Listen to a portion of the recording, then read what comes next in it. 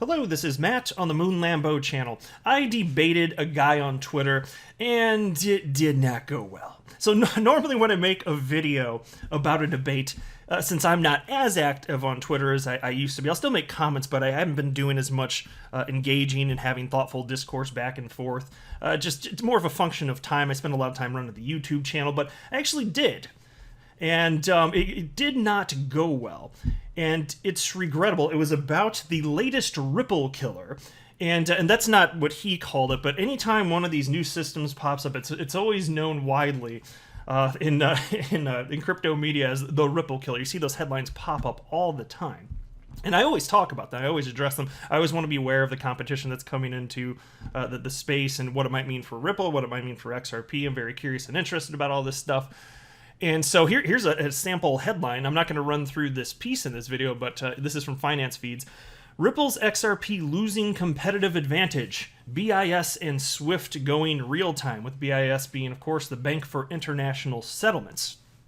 And so I ended up jumping into a conversation on Twitter because I was intrigued by an existing conversation, and I just wanted to jump in, say a few things, maybe have some thoughtful back and forth, and that was pretty much all I was looking for there, because if you know me, if you've been listening for a while, you know that I really genuinely love diversity of thought, thoughtful discourse, and I know that many people are not capable of engaging in that, so I'm always careful the way that, that I words things.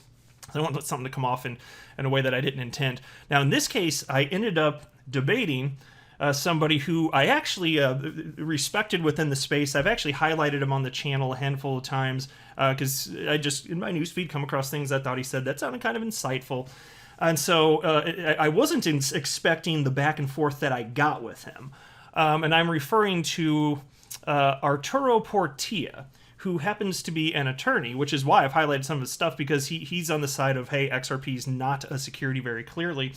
But he also thinks that XRP and on-demand liquidity have some very serious competition because of this new platform, which was just announced all of 2 days ago.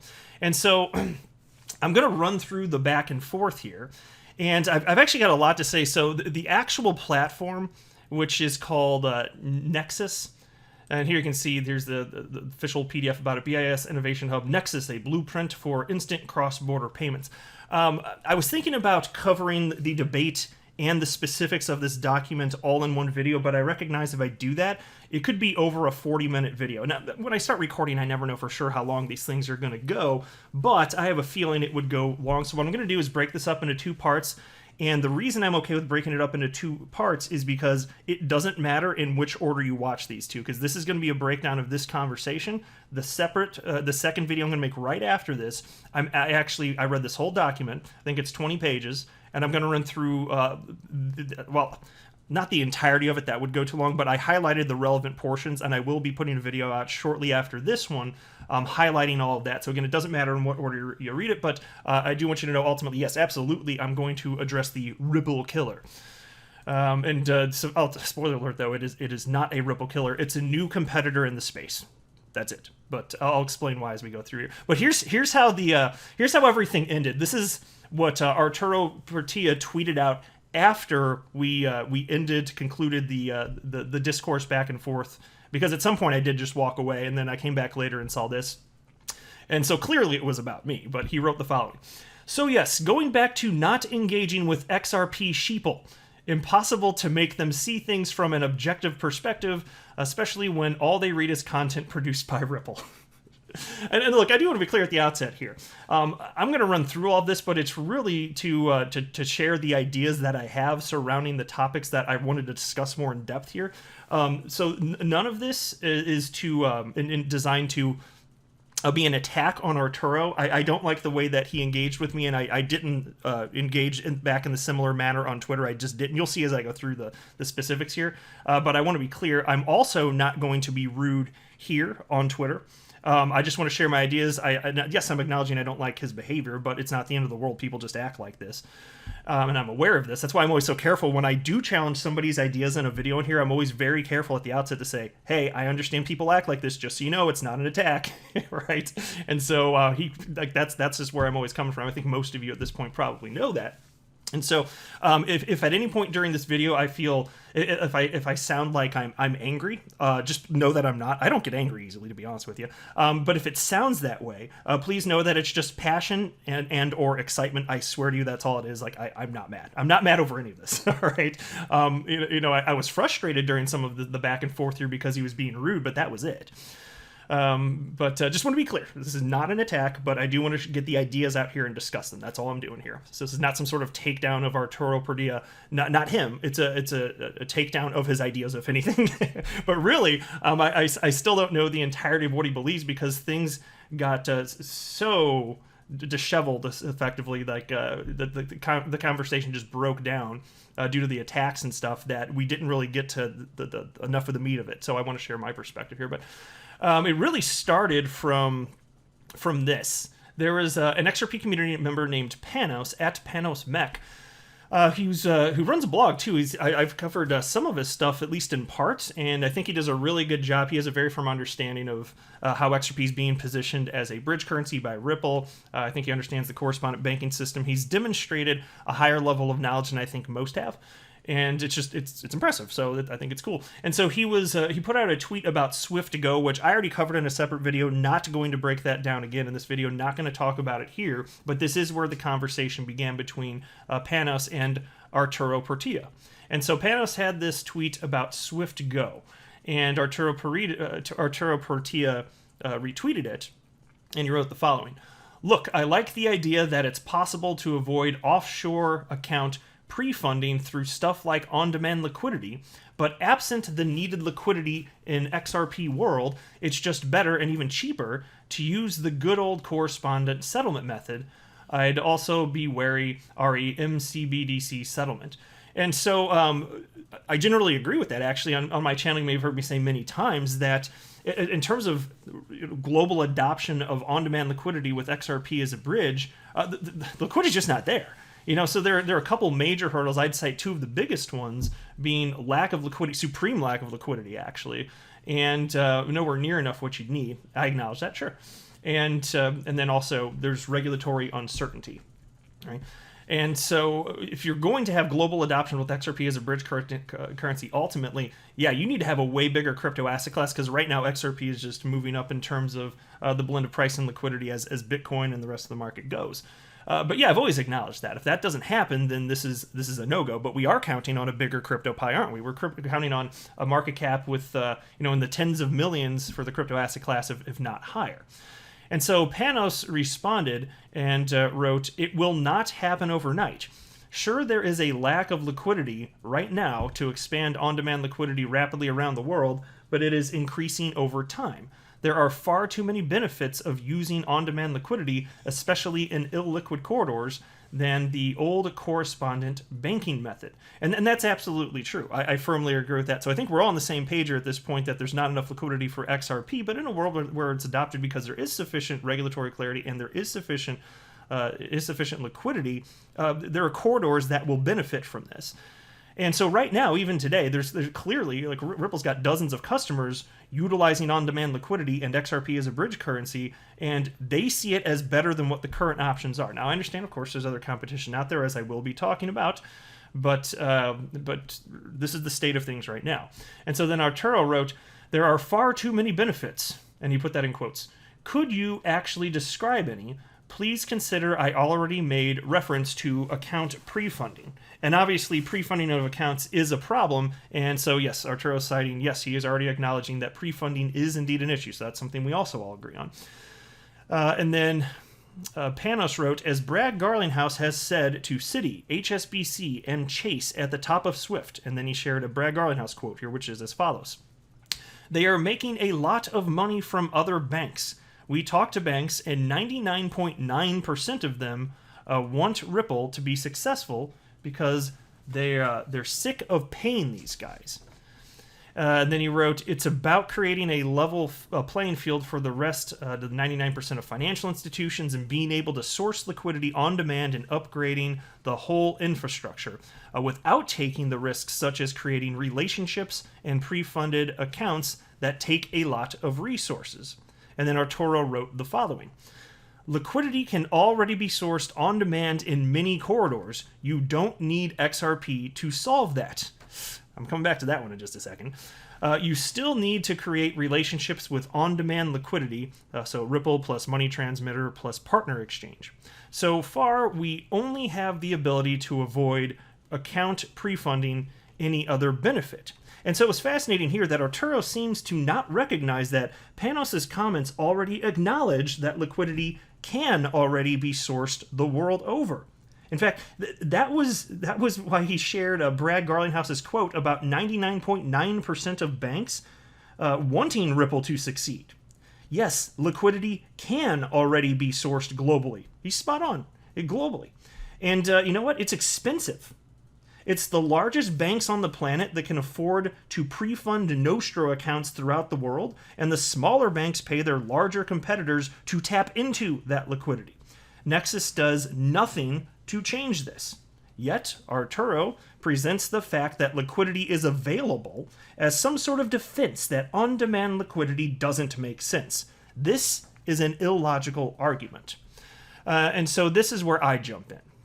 And forgive me if I have to pause a little bit. I've got all these tabs open, and the way Twitter works, in case you're not aware, if you're not on it, the conversations can really splinter off because you only get 280 characters per tweet. And then if you want to your own Twitter a thread to follow coherently, you have to respond to yourself. And then if you want to continue, then you respond to that response to yourself, and so on and so forth. But then people respond to a higher portion of the thread, and then it splinters off, and it gets a mess. So I've got a bunch of tabs open for that reason, because it doesn't perfectly flow. So I will do my best to go through this in proper order, but give me a break here. I'll do what I can, I promise. And so Arturo wrote, excuse me. In order to understand if Ripple's strategy to disrupt remittances makes sense, you first need to understand how the object of disruption, i.e. the standard cross-border payment rails, works. You can't have an objective vision if you only read Ripple's posts and Brad's tweets. And so I agree with that, which is why I've been spending over 3.5 years, just as a layperson. I don't pretend to be some sort of whiz about this stuff. I'm no more special than anybody else, but I have spent some time doing my best as a layperson to understand the correspondent banking system and how Ripple is building out RippleNet and positioning XRP as a bridge currency. But yes, of course, you've always got to be aware of competitors coming into the space, which is why, as they pop up, I always talk about them as soon as I become aware of them. Every single time. If you've been following me, you know that to be true. And you know that I understand what the correspondent banking system is, right? And so here's where I jumped in. I wrote, and mind you, the question here is like basically effectively what is XRP good for? You know, that's what was being discussed here in the thread. Like what is effectively XRP good for here? Because other than solving for pre-funding, he wants to know. And so here's where I jumped in. I wrote, it solves for trust, which is the core problem within the correspondent banking system. There are 11,000 plus financial institutions on SWIFT. With on-demand liquidity, you don't need relationships with all of them. Just plug into on-demand liquidity and tap into the liquidity that exists on exchanges. That's a game changer, right? And again, so let me pause there for my own comments. That's, as I just cited, and we all agree, there is liquidity the world over, but it's dormant, and it's largely small banks paying their larger competitors to tap into it. The fact that exists doesn't mean that XRP isn't useful. XRP is solving a problem because it levels the playing field, and smaller banks don't have to pay larger competitors. And I then I tagged Panos, and I wrote, Panos is correct. Adoption takes time. Just look at a technology bell curve. At some point, adoption increases exponentially, then the rate of adoption decreases as only laggards continue to use the legacy system. The only solution humans have devised to solve this trust issue requires the adoption of a technologically sufficient decentralized cryptocurrency with an open market price. The only such crypto that has been adopted for this use case is XRP. And so hopefully to this point it's clear that what I'm talking about is the trust associated with pre-funding. Now, for those of you that have been listening to me for some time, you've probably heard me say this a number of times. That specifically here is what I'm talking about. And the reason that what I wrote flowed that way, the way that it did, is because the conversation that I started with here, before I interjected myself, it was on that topic. What is XRP good for? So I responded, and I assumed that it was understood that I was talking about pre-funding because that makes logical sense. All right. Now, on to the next tab here. Let me see where I need to jump back in here. Yes, and so in response to my tweet about how there's 11,000 plus financial institutions on Swift, and with on-demand liquidity, you don't need relationships with all of them. You just plug in on-demand liquidity. Arturo responded and wrote the following. Well, that's not true, is it? And so already there, when I read that, I was very curious. Now, mind you, when I see that my ideas are being challenged, I don't get mad. I don't get mad. And I don't get frustrated unless somebody's being rude to me, and then it can be frustrating. But I saw that and I was like, oh, this is interesting. This could be a fun back and forth. Like, that's actually where I go. Like, I love thoughtful, considerate adult debate where people don't scream at each other. I really enjoy that. So as soon as I saw that, I was like, oh, this could be fun. And so again, he wrote, well, that's not true, is it? You need to trust that every single exchange will work as expected. You need to trust that they know how to safely store XRP, that their trading engines will work efficiently and won't lead to flash crashes and other stuff. And so I was a little surprised by that comment because I wasn't talking about additional trust issues in life with anything unrelated to XRP, which was the topic at hand. It felt like it was kind of like a little switch of what I thought we were focusing on. And so I responded with the following. Someone wouldn't plug into on-demand liquidity if there weren't trust. So that was implied in my tweet. Trusting a few exchanges means way less friction for remittance firms than having to trust hundreds or thousands of financial institutions. But if you want to break down all the levels of trust, we can do that. Don't forget, we need to trust in the power grid, internet providers, and cryptography itself, just to name a few. And indeed, I'm talking about the cryptography associated with XRP itself. And so what you're going to find is a recurring theme here, is that if my tweets, if I share my perspective on something, and my perspective is not all-encompassing, then I'm basically being called out for having a position that it means that I'm anti whatever I didn't include in my tweet. And you'll see that as we keep going through this. It wasn't all-encompassing here. So he's like, that's not true. You need trust with a whole bunch of other stuff. And I'm sitting here thinking, well, yeah, but that's not what we were talking about. Like, if you want to talk about it, that's why I broke it down further. Because he didn't name all the trust stuff either. What if the power grid goes down? What if the internet goes down? What if cryptography fails? These are all risks. They are risks. How big are risks? Maybe not big. Depends on, as far as power grid, depends on what corner of the world you're talking about. As far as cryptography, depends on the cryptocurrency you're talking about, in this case, XRP. But why did we need to break it down to that level of detail? Wouldn't like typically a person that had read what I've shared to this point just understand the point of focus is on-demand liquidity and XRP, and what else does it do other than helping solve the issue of pre-funding? Because that's what I answered. And now apparently I didn't name all these other trust issues that could occur, breaking it down to, as I stated, the power grid potentially failing. Now I'm saying something that's not true? Does that logically follow? No, of course not. And so then now I'm on to the next tab. So let me catch where I need to go up to. Because it didn't take long for this to evolve to a point where Arturo decided that he needed to get a bit snippety. Maybe it was around here. Yes. So in response to the tweet of him saying, well, that's not true, is it? I wrote the following. Or no, I'm sorry, I already covered that. So then, because I wrote here, someone wouldn't plug into on-demand liquidity if there weren't trust. So that was implied in my tweet. Trusting a few exchanges means way less friction from remittance firms than having to trust hundreds or thousands of other financial institutions. And so then Arturo responded to me. In quotes, he wrote, a few exchanges, with a question mark. You need to trust at the very least one different exchange in each operational corridor. Sometimes they don't even have appropriate regulatory regimes, e.g. Mexico, once the largest on-demand liquidity volume driver. The trust implied is massive. And again, when I started talking about trust, it was clearly within the context of on-demand liquidity and XRP specifically. Now you're talking about trust from a regulatory perspective with all participants as it pertains to crypto, which is different. Happy to talk about that too. Not a problem. And I would actually agree. I don't think he ever found this out about me because he just kept making a bunch of accusations, and we got into a separate argument, which you're really going to enjoy. It's kind of comical in just a moment.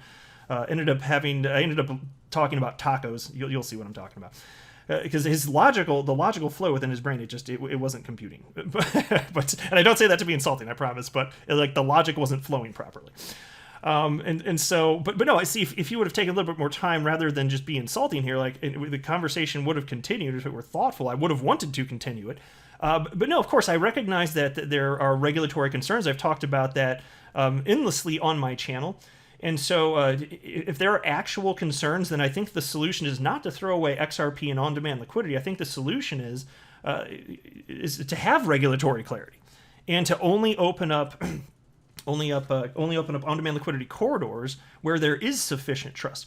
And which I think is why you see that Ripple has hundreds of customers, literally. I don't know if it's several hundred at this point. I'm not sure. I can't remember what the most recent numbers they announced, but hundreds and hundreds of customers that are on RippleNet, but only a few dozen that are utilizing on-demand liquidity. And that's because of regulatory concerns and liquidity. So I'm actually in agreement. There's not enough liquidity, and regulatory concerns are like a real thing. I'm not pretending they're not. They do matter. And if there's some fly-by-night cryptocurrency exchange, maybe don't implement on-demand liquidity there. But Ripple is vetting these entities, and nothing's guaranteed in life. But if there's a sufficient low level of risk, then you move forward. But there's risk even within the traditional financial system. So we can't get that down to zero. I don't think that's a realistic goal anyway. And by the way, mind you, he and I are not privy to the specific risk parameters with any of this. We're just sitting here as people on the outside here. I'm just speaking in generalities because we can't know all of those levels of details. We don't work for Ripple. We don't work with Nexus or any of this stuff here. And so I responded as follows. Not every remittance firm operates in every corridor. Still, there are about 200 countries on Earth depending on who you ask.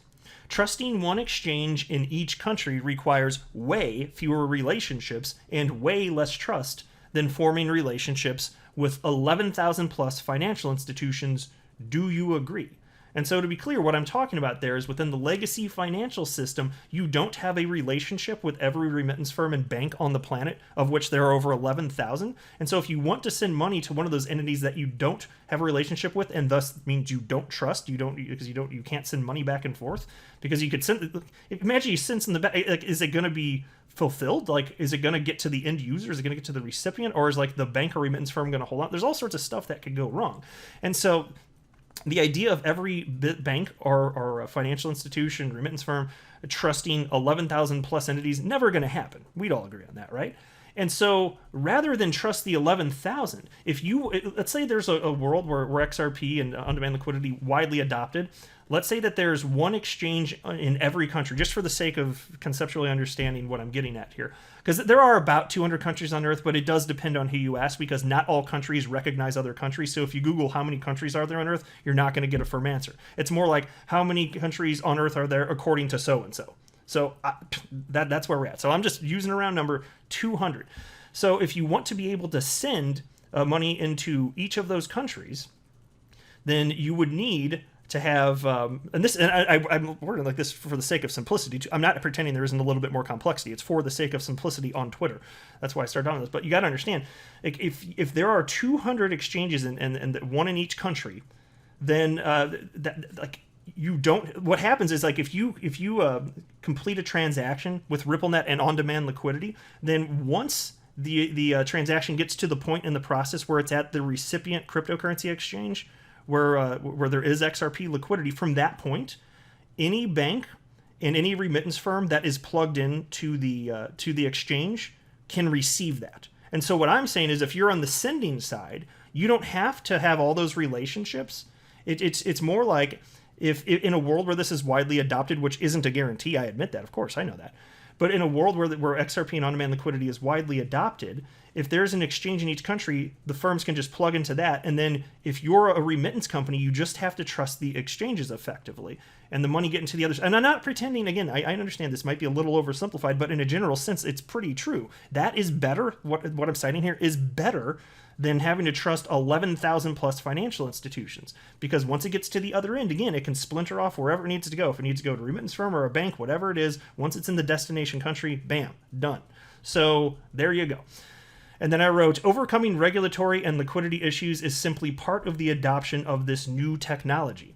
If there is true value, it will happen in time. And I firmly believe that, by the way. Like, there's no guarantee that XRP will long-term be adopted for this use case. I don't know.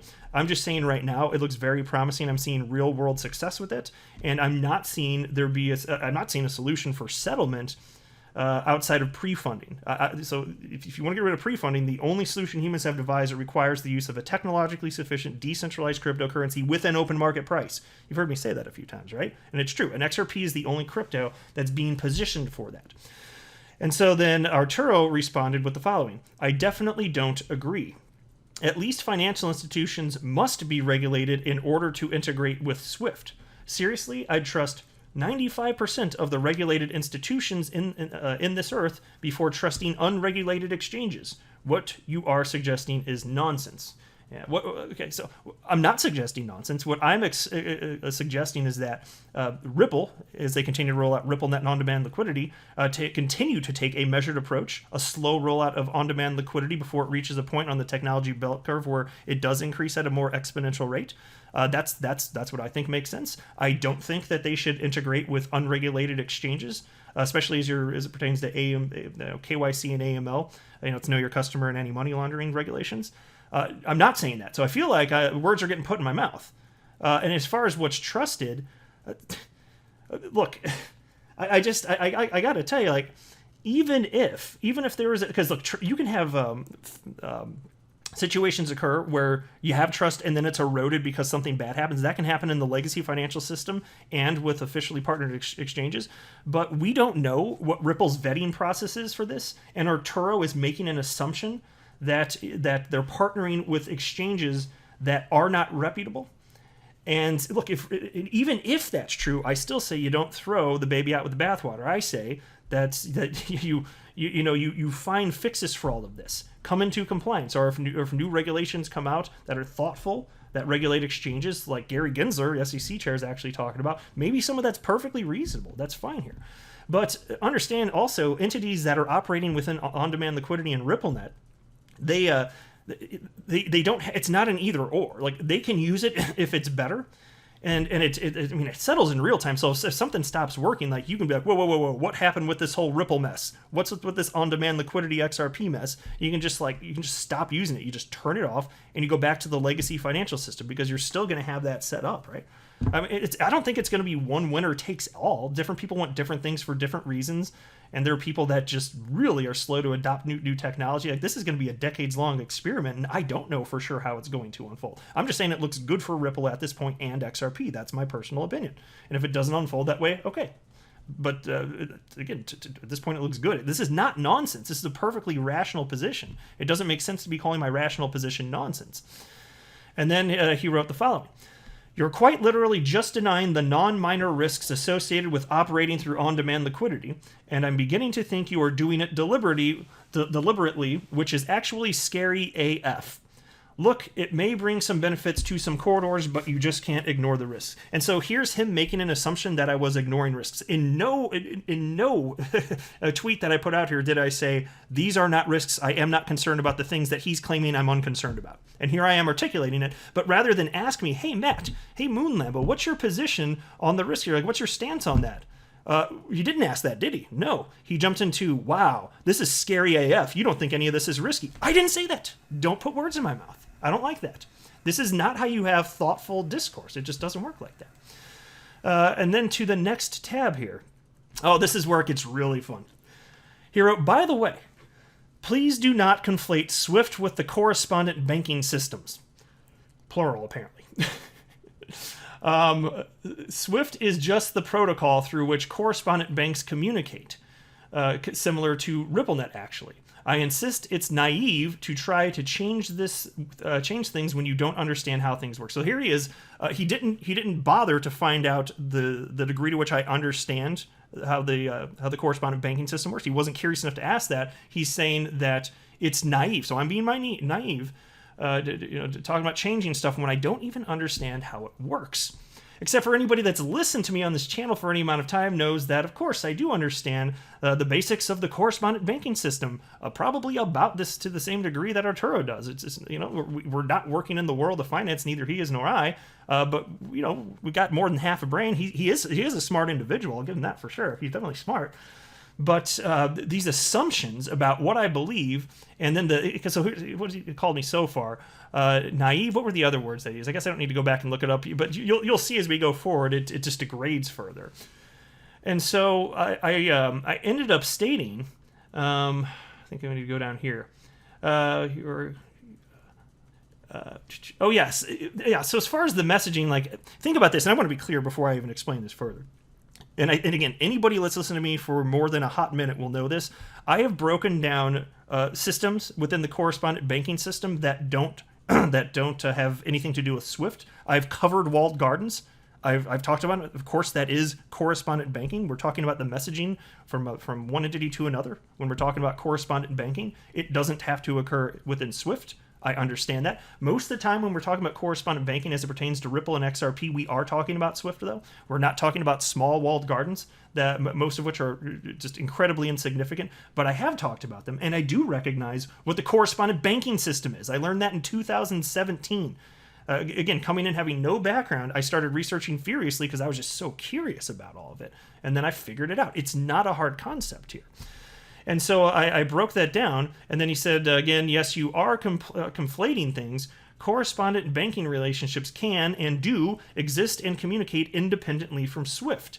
In fact, multinationals like Citi, who have branches in many countries, can exchange info and move value without Swift and without settlement providers at all. Yeah, I know that, and I didn't say the word. I've talked about this so many times on my channel.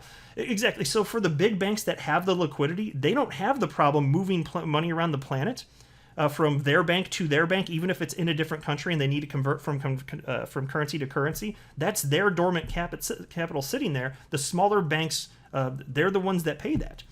And so, yeah, if it's just from their bank to their bank in another country, I'm like, my gosh, yes, I have absolutely talked about this before. Yes, I do understand this. You don't need that. I've even talked about how Western Union, I don't want to go too far off the rails here, but Western Union, the reason that they are not interested in on-demand liquidity now is because they're the largest remittance firm on the planet, I do believe. And they have such efficient treasuries that they don't need on-demand liquidity. And it's true, like, they legitimately don't right now. I mean, because, like, even if it's, like, a hair faster, I mean, you can think about the risks associated with making a switch, whereas right now they have the control. And yes, there is the locked-up capital, which is a problem, but they're weighing this with an early system that hasn't been truly globally adopted yet. You know, RippleNet and on-demand liquidity, just switching over, even just starting to, maybe they will one day. But they're not the primary target. Now, if their dormant capital stops making them money because smaller banks stop paying into it, maybe they'd rethink it at that point. But I do understand that big companies that have locations in multiple countries around the world, they communicate with one another. I have absolutely talked about it, but he's making an assumption that I'm oblivious to this. I've known this for years. I've talked about this for years in videos. The good news is all this I've talked about it, and it's in tons of videos, all of which are on YouTube right now, dating back when I launched this channel over 2.5 years ago. So at least I can prove it. But here he is just making assumptions about what I do or don't know. And so here's what I responded with. Read my first tweet again. I conflated nothing. You asked what XRP/on-demand liquidity solved, and I answered that in the first sentence. I then had a separate, completely independent thought in the very next sentence about Swift. You're making a false assumption that I conflated the two. And Arturo doesn't believe me. He actually thinks I'm lying when I say that. Despite the fact that I can go back, it'd take some time, I could find all sorts of videos where I've actually talked about topics like these, which would indicate, yes, I am aware of this very simple concept. But rather than him saying, oh, okay, I took it a different way, you know what he said? He said the following. You're just now amending your errors along the way, which I grant is commendable, but you actually conflated things initially. Jeez, like, why not just take me at my word? This isn't even a big deal. Like, you misread it, and I don't think it's a big deal. It's not like I wasn't gonna make a big deal out of everything, but he insisted it, and so that he kept insisting it again in multiple instances on Twitter, which really got old, and I'm not highlighting all of them. If you want to see all of the tweets, I didn't delete a damn thing, and as far as I know, he didn't either. You can go on Twitter and you can see everything else, but it kept coming up again and again and again, and I just kept insisting your logic doesn't make sense, and to the point where I shared this. Because he retweeted a screenshot of what I wrote. And here's the tweet where he says that I'm conflating things. I read it already. Let me read it again. This is where he says I'm conflating things. It solves for trust, which is the core problem within the correspondent banking system. There are 11,000 plus financial institutions on Swift. With on-demand liquidity, you don't need relationships with all of them. Just plug into on-demand liquidity and tap into the liquidity that exists on exchanges. That's a game changer. And so he took a screen grab, which is right there, rather than retweet my tweet because he wanted to make sure it was there for posterity. I'm not going to delete it. I meant what I said. And Arturo tweeted that out and wrote the following.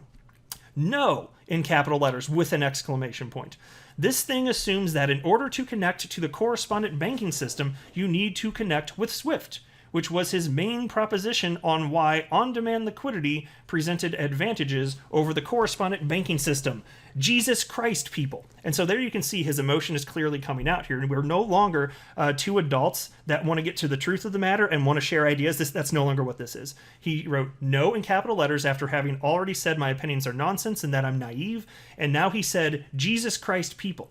And I don't have fun in these instances. It's not fun. Like, I love disagreeing with people if we're both being adults and we can still respect one another. And here, this is how he's chosen to behave. It's really unfortunate here. I tell you what, I'm a 38-year-old man. When I was younger in my 20s, I wasn't quite like this, but I was closer to that. Like, sometimes I might be a little bit rude when I was much younger, but you don't have to be like that. So I don't know how old he is. He looks like he's kind of young. I can't tell for sure because he's kind of far away in his picture. But no, I get it. I mean, I understand it. But as I got older, I realized this is not how you treat people. That if you really want to get to the truth of the matter, if you're being honest, then you just be honest. And when somebody has an idea that isn't the same as yours, you don't rip them down. You don't tell them they're stupid effectively. You don't do those things. And so he has not yet learned. I don't know how old he is. Hopefully he's young, and because maybe there's hope then. Because I did get better too, and I to the point where like it's like a very important aspect of my life, and it's something you need to continue to practice. And I do. I'm not pretending to be perfect, but I'm pretty damn good at this point. It's like when I hear an idea that's different than my own when I was younger, there's a chance it wouldn't have gone the same as it goes now. But that's part of getting older and becoming an adult. And I hope he learns that, because you're not going to make friends this way. It's like I had so much respect for Arturo before today started, and I lost a lot of respect, to be honest with you. I'm not saying that to be mean, but I really did. I don't like the way that he decided to respond to me. It really wasn't thoughtful discourse, and he can't handle hearing ideas that are different than his own, and he's making assumptions. You need to be more curious. You need to be more curious and ask more questions before putting words in somebody's mouth. You know? And so here's how his logic follows on. This is what I wrote. I retweeted what he tweeted with my screen grab, and I wrote, here's how the logic flows. Arturo, why would anyone like tacos? Me, because they're tasty. Tacos are crunchy and full of delicious meat. Arturo, you don't understand tacos. They can also come in soft shells and be vegetarian. And you say they're crunchy with meat? Clueless. Do you guys see this? This is the logic that follows. You know, because I made a statement about something, he's stating that it can, he like the way his brain processed that is that it can only be that. And so, yes, the correspondent banking system exists within SWIFT. That is a true statement. I did not say that the correspondent banking system only exists within SWIFT. Just like tacos are crunchy and full of delicious meat. That's a true statement, isn't it? Now, if I said that and you're listening to me say that, do you think, oh my gosh, what is wrong with Moonlight? He's 38 years old. He don't even know that they're soft tacos yet? Damn! Does anybody think I don't know what a soft taco is and that there can be non-meat tacos? Does anybody actually think that? That is so nonsensical. And so then Arturo Portilla did respond to what I tweeted there and wrote, LOL, I'm from Mexico. Please don't try to use tacos as an analogy with me, or was it on purpose? Pause right there. No, your geographic location has nothing to do with my analogy. And then he wrote, and no, under your own tweets, the implication would be that all tacos are necessarily crunchy and full of delicious meat. Are you hearing his logic here? He just doesn't want to admit he was wrong. He refuses. He is stubborn. My gosh. When I was younger, I was more like that. But right now, that's why I like to have thoughtful discourse, because if you're open and honest, if somebody proves you to be wrong, but you're in like a nice, friendly environment, it's very easy to say, oh yeah, you got a good point. But when you've got somebody screaming at you and saying, yeah, you're so stupid, what the hell kind of fun is that? How does that help get society closer to the truth when they're having conversation? What does that do? I don't approach life like this. I just don't. I don't do it. I don't like it. And so there again, he says, again, he wrote, and no, under your own tweets, the implication would be that all tacos are necessarily crunchy and full of delicious meat. So I said one factual thing. Tacos are crunchy and full of delicious meat. In his mind, that means they can only be that. He literally said that. It's on your screen right there. I read it twice now. He says that I would be saying all tacos are crunchy and full of delicious meat. So that means my words stating one fact, it's supposed to be all-encompassing. There we are again, another instance where I say one thing, but if I don't describe every form of a taco, I'm not describing a taco. This is the logic that he's engaging with. How absurd is this? And so I didn't pull it up for this video because this has already gone on way longer than I anticipated, but or because I assumed it was going to be long, and now it has gone on longer than I anticipated. But like people, this is why I leave this stuff up. It's like, because I'm being open and honest, and even if I'm wrong, I'll just humbly admit it. It's just not fun when it's a jerk saying it. Like, if a jerk's right, that's no fun, because then they'll just throw it in your face. Like, I'd rather be like, yeah, if I'm wrong on something, fine, but why are you being mean and throwing it in my face? Like, that discourages thoughtful discourse. That's why I don't like this behavior. And so, but there are all sorts of people, and this is why I was like, you know what? Here's what we're doing. We're exchanging ideas. People can see it. You can pretend like you don't know you're being illogical, Arturo. This is exactly what I was thinking as I was going through this. I was like, we're just going to let people read this, and they can see for themselves that you're being stubborn and refusing to admit that what you're citing here is not logical. And this is what I do when I debate people online. If they're going to be like this, my gosh. And even if they're not being like that, even if you're having thoughtful discourse, that's still the idea. It's like, let the two opposing sides talk, and then thoughtful people watching can decide what they think makes sense. That's it. And then I wrote, there you go again. You believe that if someone makes a factual statement about an object or idea, that the statement is all-encompassing. That's supremely illogical, and no, the analogy has nothing to do with your geographic location. All right, next up, we're getting closer to the end, but I'm going to need a little bit of time still to go through this. Oh, how high did I want to go up? I apologize. Just give me just a moment to jump in. This is one of those instances where like Twitter just splits off. And I got to find where I wanted to go. I think it was... maybe it was up a little bit higher. I apologize. Please bear with me. I promise I'll get into it in just a second here. There's us talking about how I wasn't conflating anything. He's saying I am conflating. And then I said, read my tweets again, and I just explained all that. Then in a separate tweet later, I cited that banking occurs. Then he wrote, this might be an okay place to jump in. The correspondent banking system is not SWIFT, and SWIFT is not the correspondent banking system. Your initial statement supported that understanding of things. It wasn't correct then, and it isn't correct now. It's okay if you want to change your statement now, but that's different. Okay, so I want to go a little bit further. Oh yeah, here. Yeah, this is where I actually wanted to jump in, I think. Yeah, this is it. I wrote, if you are going to insist I'm saying something that I didn't say, then this talk is no longer productive. I get 280 characters per tweet. Was I supposed to define in completion every aspect of the correspondent banking system? Of course not. I began a dialogue. That's it. And then Arturo responded, dude, you were the one who undermined the constructiveness of this dialogue the very moment you tried to change what you actually said. So don't throw that on me. You guys get to decide for yourself. If I say a taco's crunchy, does that mean that I believe that's the only type of taco there can be? Do you think that I believe that? And then he said, by the way, it seems you remain unwilling to acknowledge the relevance of the risks needed for trust associated with on-demand liquidity. No, we didn't get to have the conversation yet because you're telling me that I'm lying. He's absolutely stating here that I'm lying about what I intended to write, rather than just saying, no, here's letting me clarify it. Because that's all we need to do is say, no, let me clarify. This is just, this is what I'm talking about. It was misinterpreted. Now let's move forward. But he wanted to turn it into something else, insisting that I was lying. He had to have the win there. You see that this is the type of person. And I get it. I understand, because I'm an opinionated person too. And this is why I had to, as I've grown as a person, I've had to change my behavior, which I have done. I did it a long time ago. And now I'm just not like rude to people when they have different ideas. But I get the feeling, I get the emotion, the fire, because we're opinionated people here. But he's stubborn, and he's just refusing to admit that he's wrong here. And it's not a good look. Everybody can see that, really. And then I jumped in. I shared that tweet again about the tacos right there. And I wrote this, just to cite again, I wrote, this is how our conversation unfolded. In order to have satisfied you, I would have needed an all-encompassing definition in 280 characters of correspondent banking. That's unrealistic, and you know it. I simply began a dialogue. And then Arturo wrote, okay then, how the hell did you come up to the number 200 here? And so he's talking about, this is where I was talking about how in theory, if there were one exchange in every country, if there were 200 countries on the planet, just so we could progress the conversation. And since I saw that, I was like, oh, okay, well, he's not telling me I'm lying anymore. This is progress, I thought. It ended up not being, but I was a little hopeful at that moment. And so I wrote, if on-demand liquidity is globally adopted, that may mean a minimum of one exchange per country. There could be reasons for slight variance, but in general, that is true.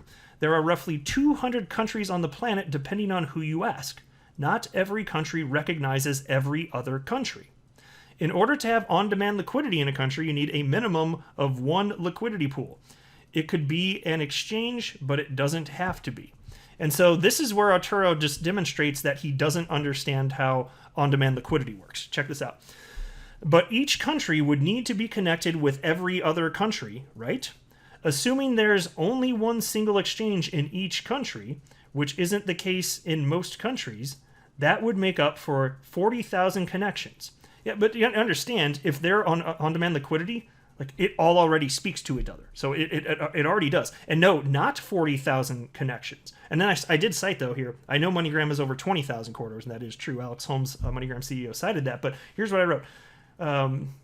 If there were one on-demand liquidity partner in every country, and you're in one of the 200 countries, let's say, then you would only need to interact with a maximum of 199 on-demand liquidity partners outside of your country, not 40,000. So literally right there, it's on your screen. You can read it for yourself. He had a misunderstanding of on-demand liquidity. He did believe that you need, if you're operating, if you're a remittance firm or bank, whatever it is, operating on the platform, that there would have to be 40,000 connections. But the point that I was making is, if you're a firm in a country, you connect to the liquidity provider, the crypto exchange in your country, and then go send the XRP over to the destination location. Then it's sold into the local currency wherever the destination is.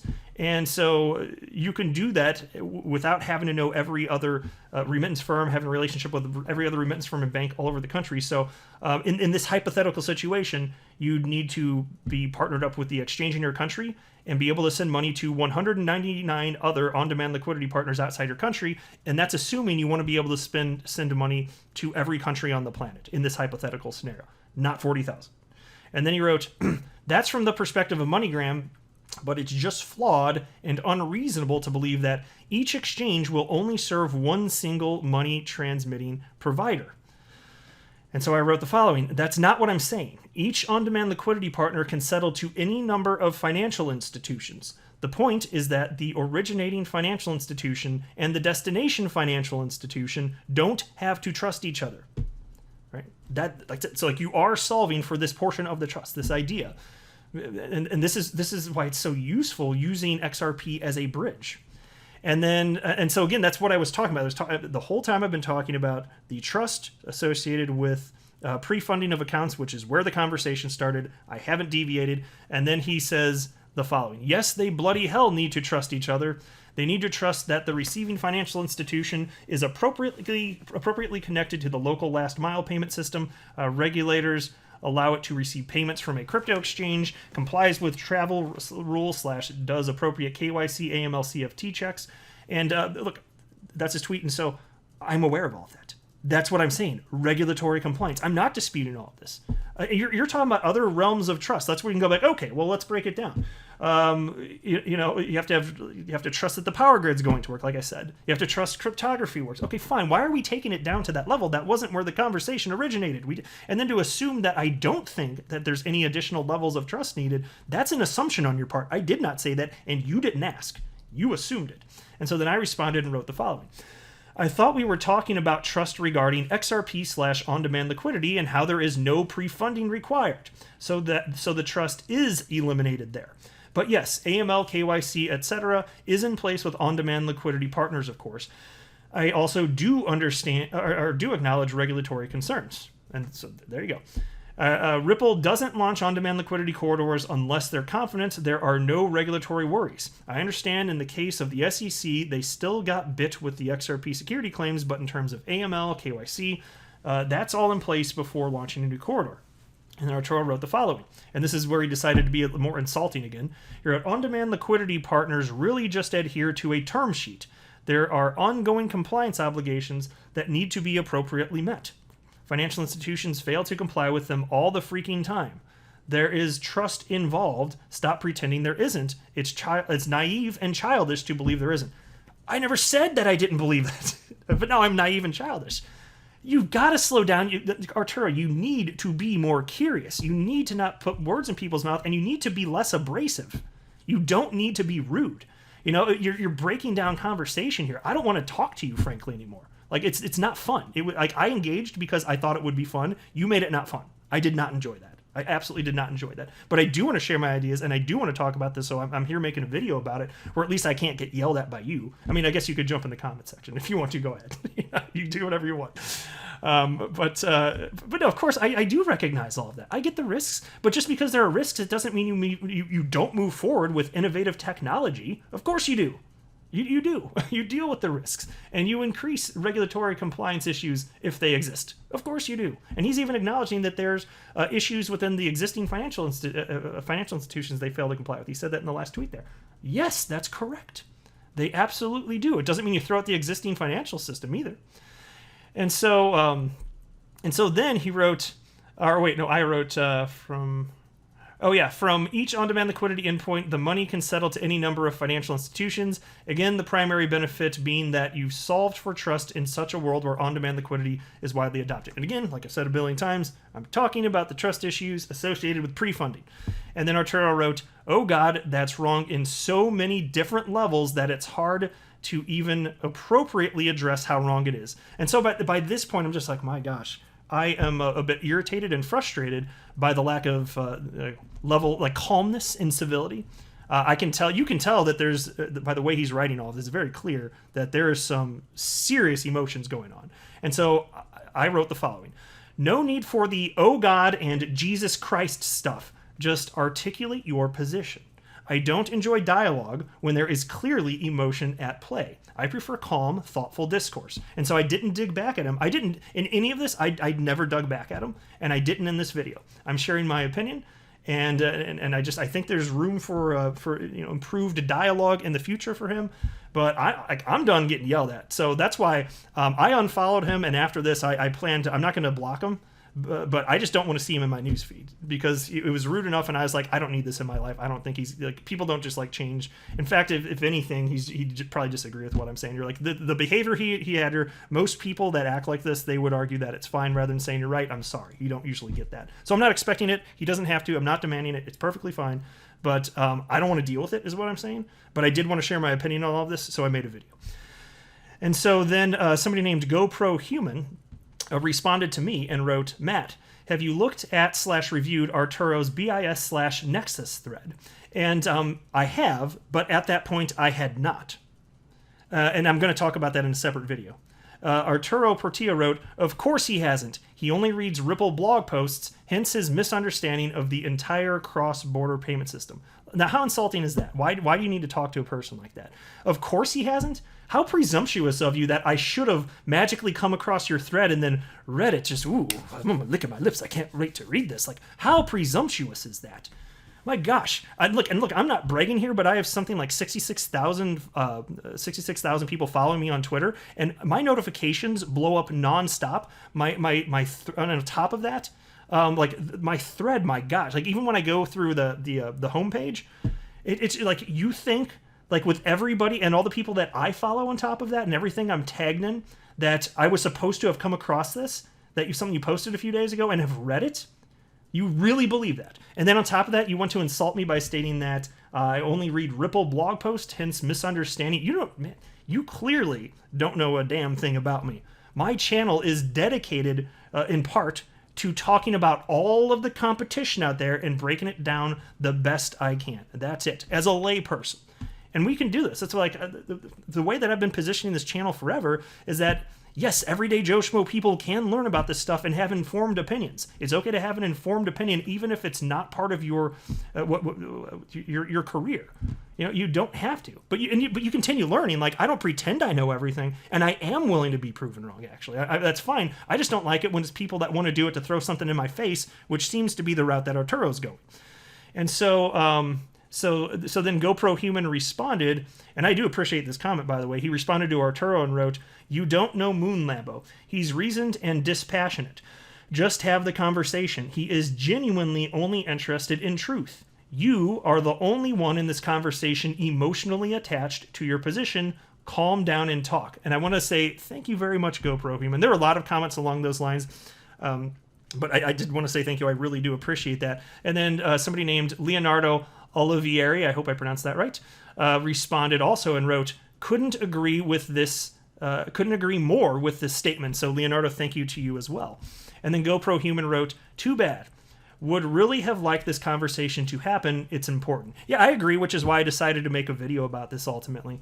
Obviously the back and forth with he and I, it wasn't going to go anywhere, which is too bad because I've had some really on Twitter, even though I don't engage as much as I used to in terms of like in-depth conversation. I'll tweet fairly regularly, but in terms of in-depth stuff, not as much as I used to. But I actually recently did have a couple of conversations with people where ultimately we wrapped it up and we still disagreed. And I followed them because they were nothing but polite and respectful. It's awesome. It's like those people exist. They're out there. This was not that. This was absolutely not that. And so then Arturo wrote, I asked for on-demand liquidity benefits other than account pre-funding. Moon Lambo mentioned the ability to reduce trust on third parties. That's BS. So I'm censoring it. He cursed there. That's BS.